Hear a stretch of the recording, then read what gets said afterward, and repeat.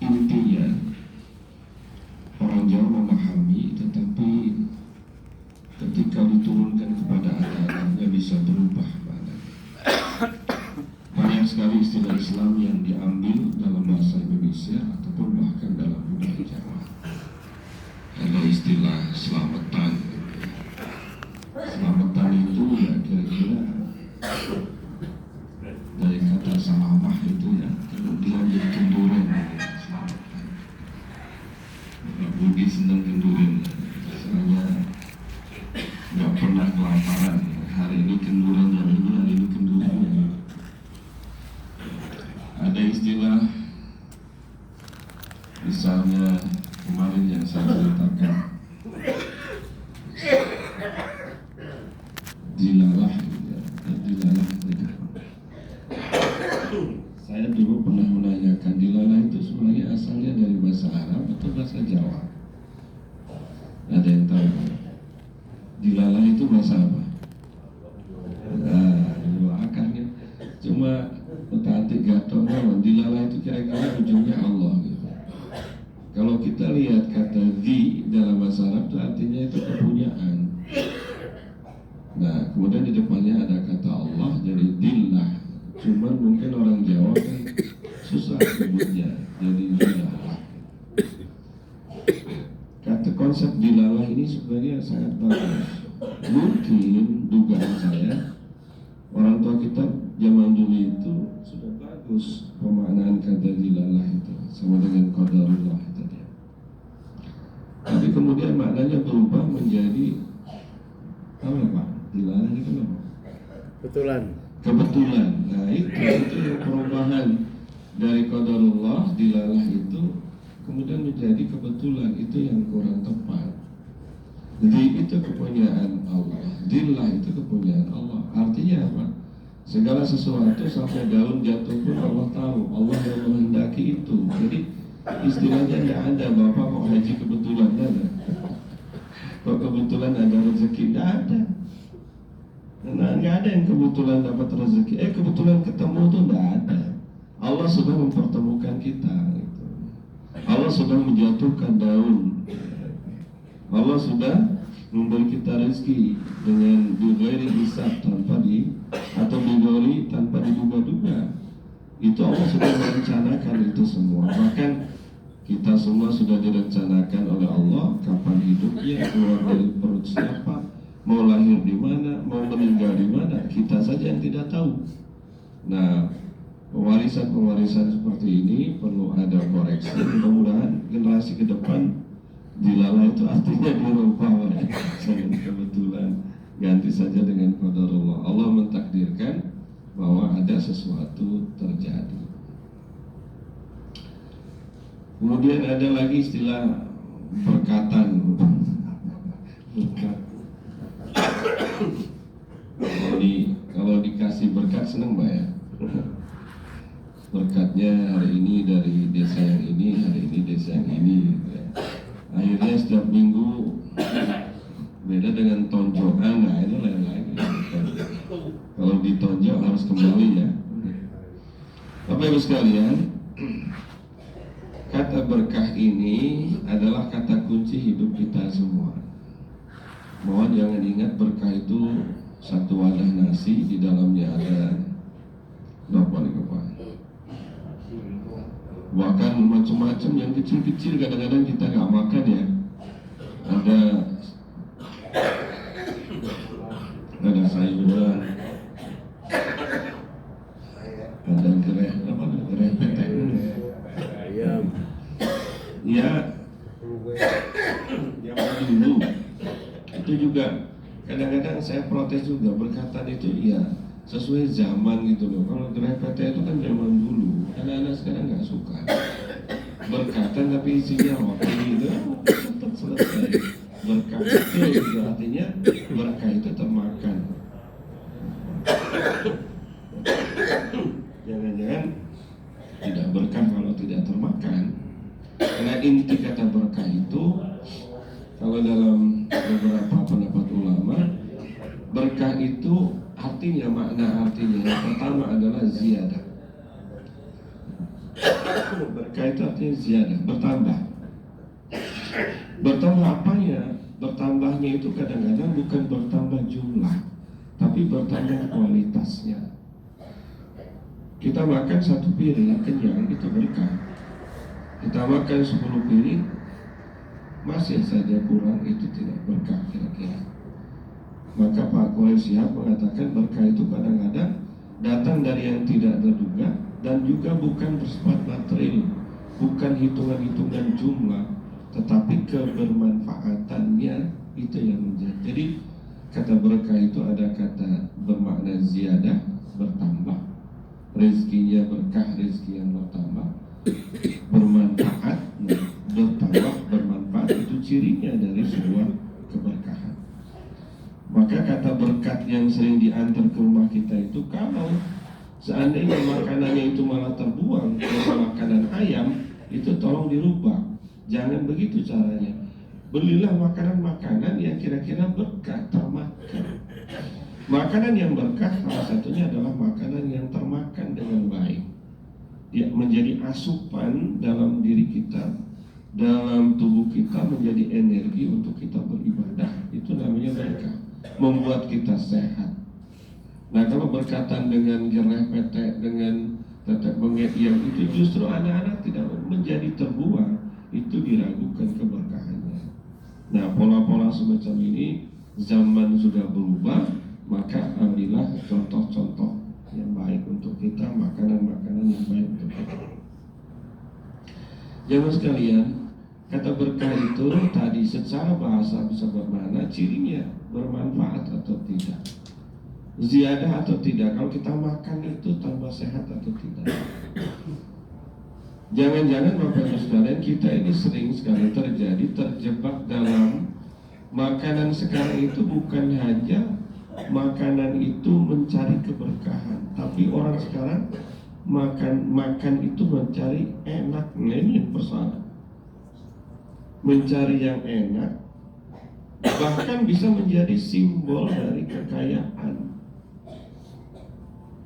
Coba Bapak Ibu bayangkan, kadang-kadang kita itu tahu satu gelas minuman kalau di restoran kecil ya berapa Pak? Seperti misalnya satu gelas teh sama jeruk, namanya apa itu? Lemon tea gitu ya. Lemon tea di warung kecil berapa? 5.000. Tapi kalau sudah di toko yang besar, kalau di Jogja saya pernah makan di Yasalam, itu makanan Arab, 15.000. Apa bedanya gitu kan? Nah, kadang-kadang orang jajan di restoran besar itu supaya kelihatan bahwa dirinya punya uang. Nah, itu persoalan.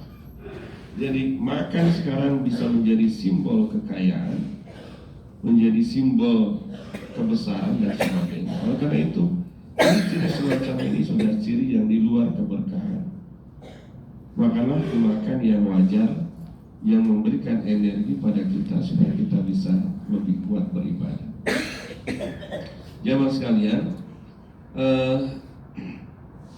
keberkahan ini menjadi satu hal yang diharapkan semua orang punya, makanan yang berkah, harta yang berkah. Apa ciri khas berkah lagi adalah dalam teori dikatakan subuh berkah itu adalah didefinisikan oleh para ulama subutul khair al-ilahi fisyai, tetapnya adanya kebaikan Allah di dalam sesuatu. Tetapnya atau beradanya subut al-khair al-ilahi, kebaikan Allah di dalam sesuatu. Kalau makanan itu berkah, kira-kira makanan di dalamnya ya, mengandung zat-zat yang baik, kemudian diperoleh dengan cara yang baik, kemudian membawa kebaikan pada kita. Minuman keras jelas tidak berkah Pak, karena tidak membawa kebaikan pada tubuh kita, bertentangan dengan sirkulasi tubuh kita.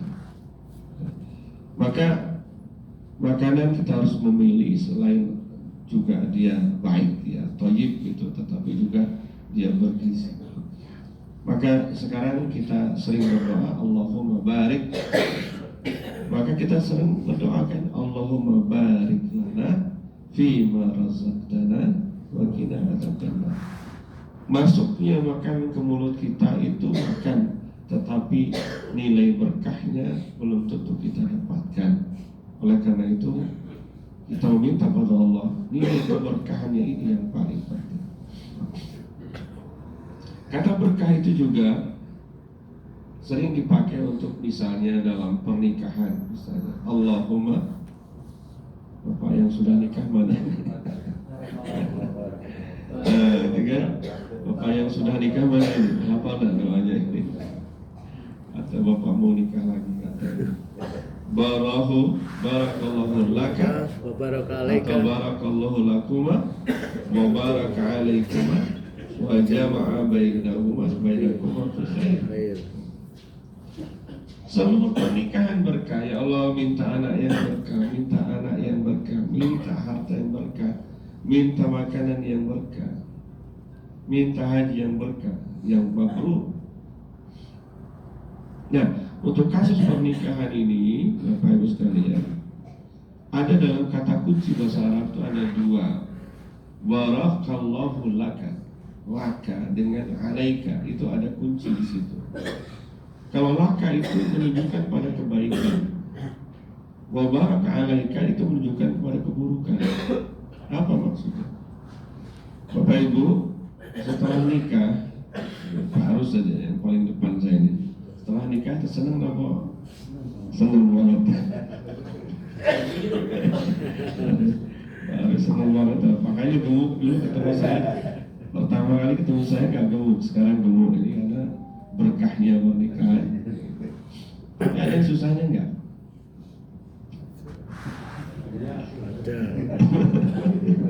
Ada yang susahnya enggak? Istrinya enggak ada di sini, enggak apa-apa, sebutkan aja, gitu kan. Dalam semua hal pasti ada kesusahan, ada kesenangan.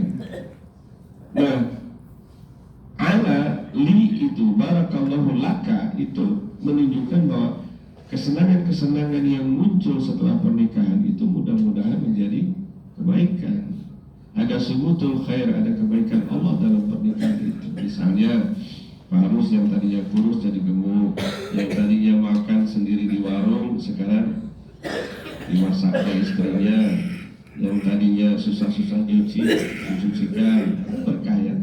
Tambah lagi tambah anaknya 5 kemudian anak-anaknya menyenangkan, itu berkah semua. Tetapi dalam rumah tangga itu juga ada kesulitan. Pak harus nggak terus terang aja, pantai. Susahnya apa? Istrinya dengerin Pak. Susahnya setelah nikah apa? Tambah utangnya. Nah, itu disebut dengan barakallahu laka. Yang utang, yang susah, yang nyari kerjanya harus keras, yang tidurnya jadi kurang. Apalagi susahnya rumah tangga.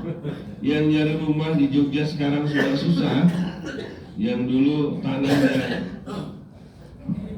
100.000 sekarang sudah 1 juta atau bahkan 10 juta. Susah kan? Gak mungkin punya anak, gak punya rumah, jadi kontraktor terus, susah kan? Nah itu didoakan oleh yang mendoakan ketika nikah, wa baraka alaika. Artinya apa? Kesusahan-kesusahan dalam rumah tangga itu pun mudah-mudahan diberkahi gitu. Jadi ketika dapat kesenangan, mudah-mudahan kesenangan itu menjadi berkah. Sulit dapat rumah, susah dapat uang, itu juga mudah-mudahan diberkahi. Jadi konsep dalam Islam berkah itu senang dan susah itu juga sama-sama diberkahi. Itu makna dari kata barakallahu laka wa baraka alaikuma wa jama'a bainakuma fi khair. Dan mudah-mudahan engkau dikumpulkan berdua, rumah tangga berdua dalam keadaan baik dalam rahmat Allah Subhanahu wa taala. Kira-kira itu Bapak Ibu sekalian. Jadi kata berkah itu subutul khair bisyai, tetapnya adanya kebaikan Allah dalam segala sesuatu. Itu yang kita cari. Banyak orang jumlah uangnya banyak, tapi merasa tidak tentram. Itu kira-kira ciri-cirinya uangnya tidak berkah. Banyak orang yang uangnya sedikit gak tentram juga, Pak. Gak tentram juga. Tapi ternyata anak-anaknya senang. Nah itu berkah kira-kira ya. Anaknya dikasih makan telo ya senang, dikasih makan pizza ya senang. Akhirnya berkah. Jadi berkah itu bukan menunjukkan pada jumlah, tetapi diajarkan oleh Allah, kejarlah keberkahan ini menjadi inti bagi segala sesuatu. Ilmu yang kita dapatkan berkah. Pak dokter dengan ilmunya berkah. Itulah sebutul khair fisai. Keberkahan ada pada ilmunya, keberkahan ada pada badannya, pada makanannya, pada anak-anaknya. Itu yang kita inginkan. Mudah-mudahan kita semua mendapatkan itu dari Allah Subhanahu wa taala. Amin ya rabbal alamin. Assalamualaikum warahmatullahi wabarakatuh.